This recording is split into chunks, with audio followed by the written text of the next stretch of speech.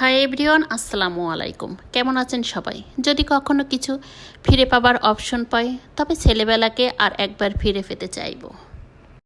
এই যে দুপুরবেলা হয়ে গেলেই আমার রান্নার সময় আসলে সে এক রান্নাঘরে আসবে। তুমি কি রান্না করছো? দাও আমার কাছে দাও, আমি একটু রান্না করি। রান্না মানেই তো একটু নাড়াচাড়া, এটাই হলো তার ছোটোবেলার রান্না বান্না।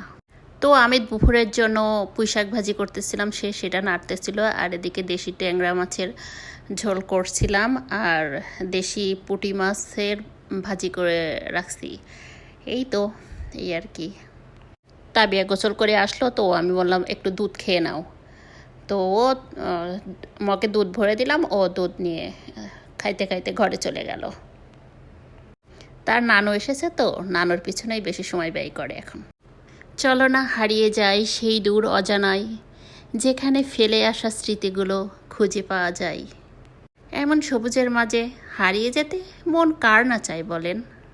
সবুজের সৌন্দর্য আমাদের জন্য ভিতরের প্রাণ সঞ্চালন করে তোলে। এখানে একটা ছাগল বাঁধা ছিল, তাবিয়া ছাগলের কাছে যেতে সে ওকে মারতে আসছিল, তো সে ভয় পাইছে, এই জন্য সে রাগ আর থাকবেই না, সে চলেই যাবে। খুব রাগ হয়েছে, সে ছাগলকে এত ভালোবাসে, আর ছাগল তাকে মার দিতে আসছে।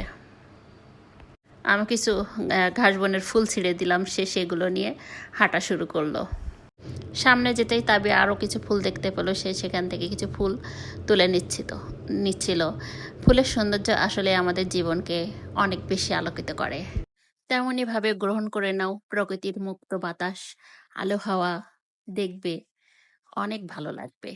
আমাদের দিনের অবশিষ্ট সময়টুকু হয়ে উঠুক বিকেলের আকাশের মতো রঙিন।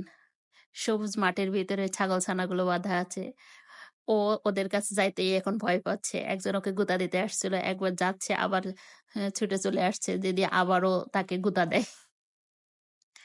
এই গোধূলি বেলায় পাখিদের নিরে ফেরার শত ব্যস্ততা যেন বয়ে চলেছে আপন মনে তার নিরে। এই শেষ বিকেলের সুর যেন গেয়ে যাচ্ছে এই ক্লান্ত পাখির ডানায়। খুব ব্যস্ত তারা তাদের নিজ নিজ নিরে ফেলার তাড়ায়। এই যে এখানে একজন লাল ঝিঝি পোকা বসে আছে, নড়ছে না। আমার ধরতে ইচ্ছে হলো না, ওই ওকে একটু দেখলাম, তাবিয়াকে দেখলাম, তারপর আমরা আবারও হাঁটা শুরু করলাম। শিশুকে প্রাকৃতিকভাবে বেড়ে তুলতে হলে তাকে প্রকৃতির কাছে নিয়ে যেতে হয়, তাই আমিও বিকালে বিকালে ওকে একটু নিয়ে যাই প্রকৃতির কাছে। শান্ত পরিবেশ, মিষ্টি হাওয়া গায়ে লাগিয়ে মাখিয়ে যাক না ওর কিছুটা বেলা। ফুল তো বন্ধুর মতোই, তারা তার রং দিয়ে আমাদের চারিপাশটাকে রঙিন করে দেয়। তাবিয়া, তুমি অত জোরে জোরে হেঁটে কোথায় যাচ্ছ? তো আজ এই পর্যন্ত। আমাদের ব্লগটা যদি ভালো লাগে অবশ্যই লাইক, কমেন্ট, শেয়ার করে পাশে থাকবেন। আল্লাহ হাফেজ।